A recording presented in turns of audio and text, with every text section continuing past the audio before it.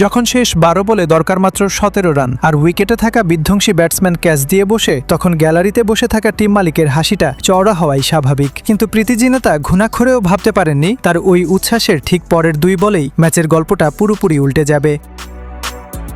ধর্মশালার এই বাউন্সি পিচে 211 রান তাড়া করাটা দিল্লির জন্য মোটেও সহজ ছিল না, বিশেষ করে যখন পাওয়ার প্লেতেই 47 রানে 3 উইকেট হাওয়া। দলের সেরা ভরসা কেএল রাহুল আগেই প্যাভিলিয়নে। সবাই ধরেই নিয়েছিল পাঞ্জাব কিংস টানা হারের বৃত্ত থেকে আজ বেরোচ্ছেই। শ্রেয়াস আইয়ারের 59 রান আর প্রভু সিমরানদের দাপটে দেওয়া টার্গেটটা দিল্লির কাছে তখন রীতিমতো পাহাড়। কিন্তু ডেভিড মিলার আর অক্ষর প্যাটেল মিলে খাদের কিনারা থেকে দলকে টেনে তুললেন। মিলারের 27 বলে 50 আর অক্ষরের 28 বলে হাফ সেঞ্চুরি ম্যাচটাকে এমন এক রোমাঞ্চকর জায়গায় এনে দাঁড় করালো, যেখানে আসল খেলাটা শুরু হলো শেষ 3 ওভারে। স্টয়নিসের করা 18তম ওভারে মাধব তিওয়ারি আর আশুতোষ শর্মা যখন 19 রান তুলে নিলেন, পাঞ্জাবের বুকে তখন কাঁপন ধরে গেছে।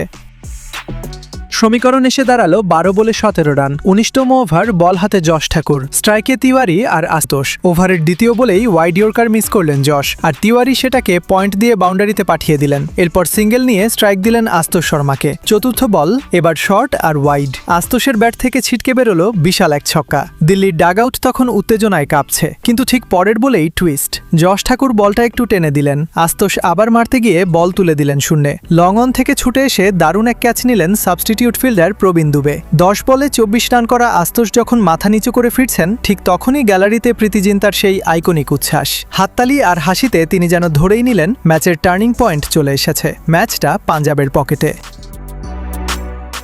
7 বলে দরকার 6 রান। নতুন ব্যাটসম্যান আকিব নবী। প্রীতির হাসি তখন ওই স্ক্রিনে জলজল করছে। বোলার যশ ঠাকুর তখন ভাবছেন এই তো সুযোগ, কিন্তু এরপর যা হলো সেটা আইপিএল ইতিহাসের অন্যতম সেরা ট্র্যাজেডি। প্রেসারে থাকা যশ ঠাকুর করলেন এক হাই ফুলস। এম্পায়ারের নো বলের সিগন্যালের মাঝেই নবী বলটা চোখের পলকে পাঠিয়ে দিলেন বাউন্ডারির ওপারে। এক নিমেষে সব হিসাব শেষ। পরের বলটা ফ্রি হিট, আর নবীর ব্যাট থেকে বেরোলো এক বিশাল ছক্কা। যে ম্যাচটা শেষ ওভারের স্নায়ুচাপ পর্যন্ত যাওয়ার কথা, সেটা 19 ওভারেই ফিনিশ। প্রীতি জিন্টার চোখের সামনের উচ্ছ্বাসটা কয়েক সেকেন্ডের ব্যবধানে স্রেফ এক অদ্ভুত শূন্যতায় পরিণত হলো। পাঞ্জাবের বাজে ফিল্ডিং আর লাইন লেন্থ ভুলে যাওয়ার মাসুল তারা দিল টানা 4 ম্যাচ হেরে। খোদ ক্যাপ্টেন শ্রেয়াস আইয়ার ম্যাচ শেষে স্বীকার করেছেন পিচের সুবিধা তারা নিতে পারেনি। কিন্তু সত্যি বলতে আশুতোষের আউটের পর প্রীতি জিন্টার ওই আগাম সেলিব্রেশনটাই যেন পাঞ্জাবের অতিরিক্ত আত্মবিশ্বাসের সবচেয়ে বড় প্রমাণ ছিল। আপনার কি মনে হয়, ওই একটা নো বলই কি পাঞ্জাবের প্লে অফের স্বপ্ন চিরতরে শেষ করে দিল? কমেন্টে জানান।